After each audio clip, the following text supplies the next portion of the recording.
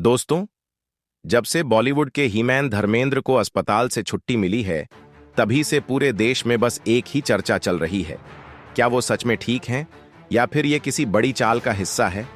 Social media पर लोग खुशियां मना रहे थे, फैंस मंदिरों में जाकर दुआएं कर रहे थे, मगर हकीकत कुछ अलग ही निकलकर सामने आई। 12 नवंबर 2025 की सुबह जैसे ही खबर आई कि धर्मेंद्र जी को ब्रीच कैंडी अस्पताल से डिस्चार्ज कर दिया गया है, सबके चेहरे खिल उठे। लोगों को लगा हीमैन वापस लौट आया।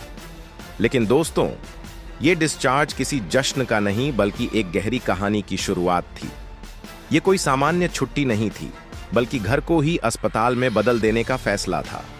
घर में ऑक्सीजन सिलेंडर, मॉनिटरिंग मशीनें, डॉक्टर और नर्सों की पूरी टीम सब 24 घंटे मौजूद हैं। यानी अस्पताल की व्यवस्था अब उनके बंगले में शिफ्ट कर दी गई है।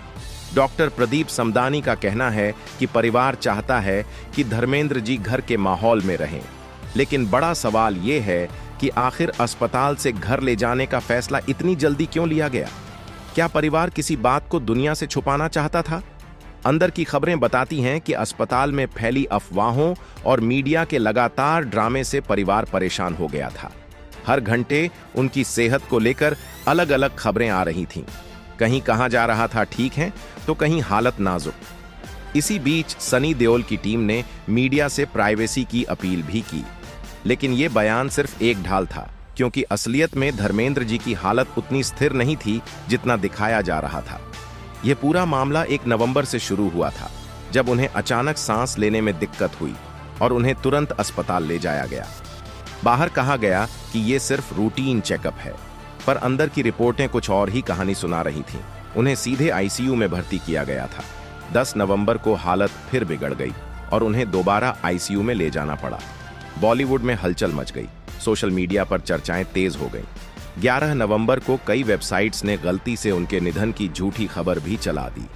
इससे फैंस सदमे में आ गए और परिवार बेहद नाराज हो गया। हेमा मालिनी और ईशा देओल ने सोशल मीडिया पर साफ कहा कि ऐसी अफवाहें फैलाना गलत है और धर्मेंद्र जी स्थिर हैं।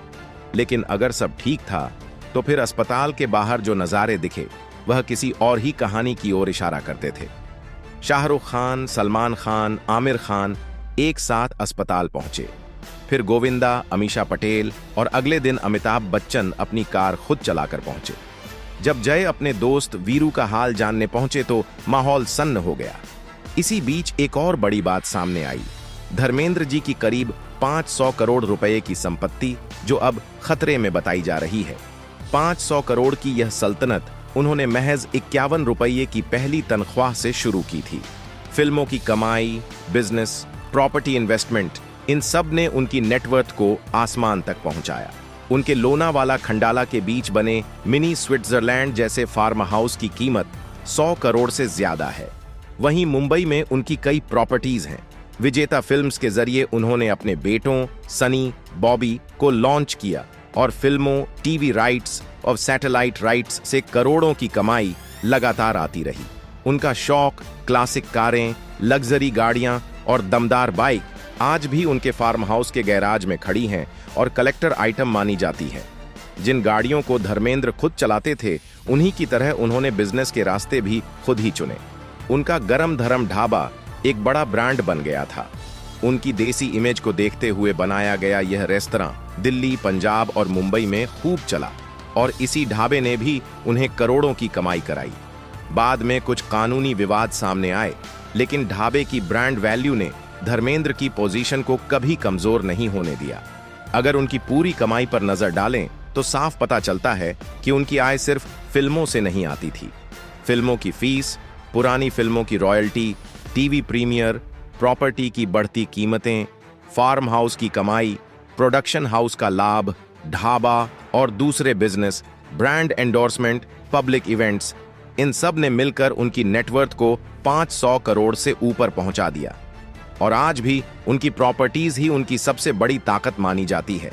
धर्मेंद्र की आर्थिक सफलता किसी एक सुपरहिट की देन नहीं थी, बल्कि सालों की मेहनत और उनकी समझदार निवेश पॉलिसी ने यह साम्राज्य खड़ा किया।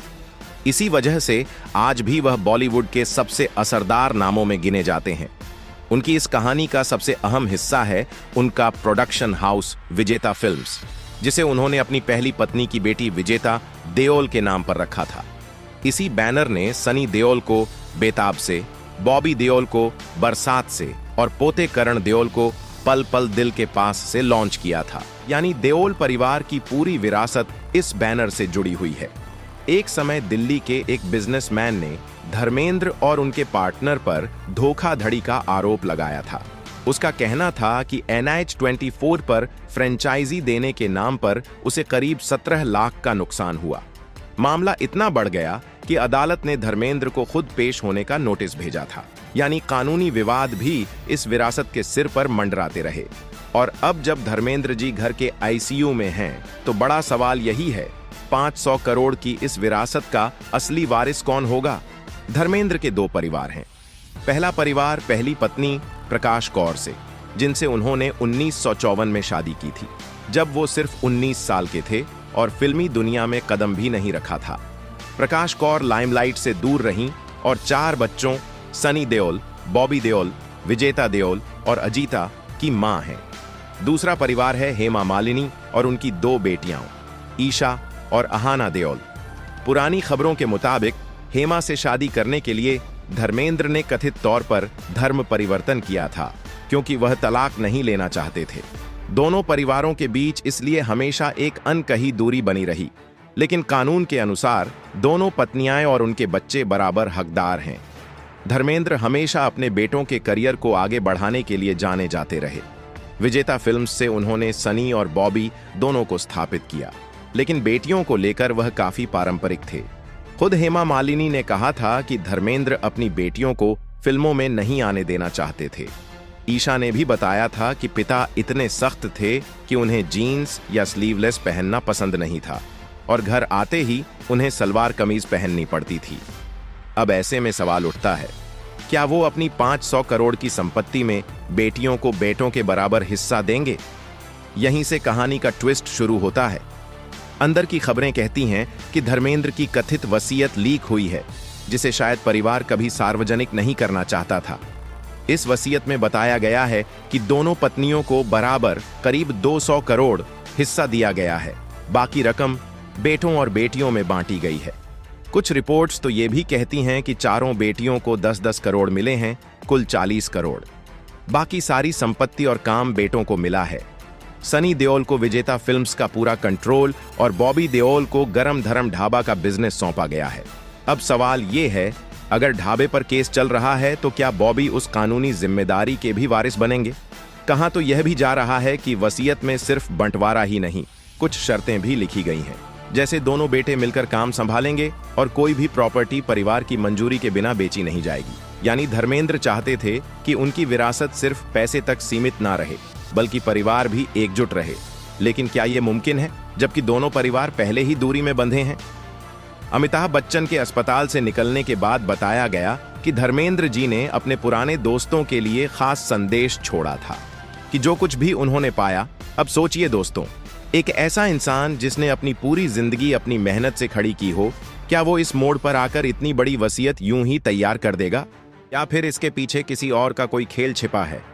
कुछ रिपोर्ट्स कहती हैं कि जो वसीयत लीक हुई है वो असली नहीं, बल्कि किसी की फैलाई हुई कहानी है, ताकि परिवार के अंदर हलचल मच जाए।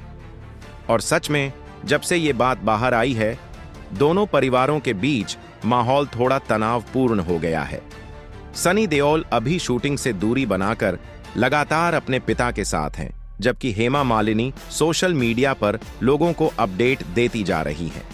अब सवाल यह भी उठ रहा है कि क्या धर्मेंद्र जी इस हालत में वसीयत पर साइन कर सकते हैं, या यह कोई पुरानी डॉक्यूमेंट है जिसकी अब चर्चा शुरू हुई है? परिवार की तरफ से इस पर कोई प्रतिक्रिया नहीं आई है, लेकिन बॉलीवुड गलियारों में ये बात घूम रही है कि धर्मेंद्र जी ने कई साल पहले ही अपनी संपत्ति का एक ढांचा तैयार कर लिया था, जिसमें बेटों को बिजनेस संभालने और बेटियों को आर्थिक सुरक्षा देने वाली बात शामिल थी, ताकि आगे चलकर किसी प्रकार का विवाद न हो। दोस्तों, एक बात हमेशा से कही जाती है कि धर्मेंद्र परिवार को सबसे ऊपर रखते थे, लेकिन जो लोग उन्हें करीब से जानते हैं वह बताते हैं कि दोनों परिवारों को उन्होंने हमेशा अलग अलग ही रखा। प्रकाश कौर, सनी और बॉबी की मां शायद ही कभी हेमा मालिनी से मिली हों और ईशा व अहाना भी बहुत कम ही सनी बॉबी से संपर्क में रहीं। अब जब इस पूरी विरासत पर सबकी नजरें टिकी हैं, तो इन दूरियों के और बढ़ने की संभावना भी दिख रही है। इसी बीच कुछ और बड़े नाम इस कहानी में जुड़ गए हैं। सलमान खान, जिन्होंने हमेशा धर्मेंद्र को अपना गुरु माना है, लगातार उनकी तबीयत के बारे में पूछ रहे हैं। शाहरुख खान ने सोशल मीडिया पर लिखा कि धर्मेंद्र जी असली हीरो हैं और वे उनकी जल्द सेहतमंदी की दुआ करते हैं। लेकिन इन सबके बीच धर्मेंद्र जी का घर अब मानो जंग का मैदान बन गया है। बाहर मीडिया की भीड़ और अंदर फैली खामोशी। अब सबसे ज्यादा चर्चा इसी बात की है कि अगर यह कथित बंटवारा सच निकला तो बेटों की प्रतिक्रिया क्या होगी। सनी देओल, जिनकी खुद करीब 130 करोड़ की संपत्ति है, और बॉबी देओल, जिनकी नेटवर्थ लगभग 60 करोड़ है, क्या वे ये मान लेंगे कि बेटियों को भी बराबर का हक मिलना चाहिए? क्या यह बंटवारा परिवार को एकजुट करेगा या फिर नए विवाद को जन्म देगा? आज धर्मेंद्र जी की तबीयत महज एक मेडिकल अपडेट नहीं रह गई, बल्कि एक पारिवारिक कहानी बन चुकी है जिसमें हर किरदार की अपनी जगह और अपनी सोच है। और सच कहें तो जब 500 करोड़ की संपत्ति की बात आती है तो रिश्तों की कसौटी बदल जाती है। सनी हमेशा से अपने पिता के सबसे करीब रहे हैं। उनके लिए धर्मेंद्र सिर्फ पिता नहीं बल्कि रोल मॉडल है। दूसरी तरफ बॉबी देओल, जिन्हें लोग कभी धर्मेंद्र का शरारती बेटा कहते थे, अब बेहद शांत और समझदार दिख रहे हैं। दोनों भाई यही चाहते हैं कि पिता जल्दी से ठीक हो जाएं और घर फिर से पहले जैसा हो जाए। उधर हेमा मालिनी भी पुराने दिनों को याद करके भावुक नजर आती हैं। वो कहती हैं कि धर्मेंद्र हमेशा परिवार को एक रखना चाहते थे, लेकिन वक्त ने सबको अलग कर दिया। अब वही वक्त है जब परिवार को फिर से करीब आना चाहिए। लेकिन दोस्तों, जब बात दौलत और विरासत की आती है तो इतना आसान कुछ भी नहीं होता। रिश्ते अक्सर कमजोर पड़ जाते हैं। कई लोग यह भी कह रहे हैं कि किसे क्या हिस्सा मिलेगा, ऐसा कुछ अभी तक तय नहीं है। असली खेल तो अभी शुरू ही हुआ है, और यह खेल इतना भी आसान नहीं है कि हर कोई समझ सके, क्योंकि यह सिर्फ परिवार की बात नहीं बल्कि इसमें भावनाएं भी शामिल हैं, राजनीति भी, और एक सितारे की दशकों से बनी पहचान भी। उधर घर के बाहर जब जब मीडिया ने धर्मेंद्र जी की हालत को लेकर सवाल पूछा तो जवाब बड़े साधारण से दिए गए, लेकिन अंदर की खबरें कुछ और इशारा कर रही थीं। और इन इशारों के कारण कई लोग मानने लगे कि घर के भीतर कुछ बड़े बदलाव हो रहे हैं, जिनकी भनक बाहर नहीं आने दी जा रही। ये बदलाव प्रॉपर्टी से लेकर रिश्तों तक असर डाल सकते हैं। परिवार को लेकर भी अलग अलग बातें सामने आ रही हैं। कुछ कहते हैं कि सब ठीक है और मिलकर फैसले होंगे, तो कुछ कहते हैं कि घर में तनाव बढ़ चुका है और बहसें भी हो रही हैं।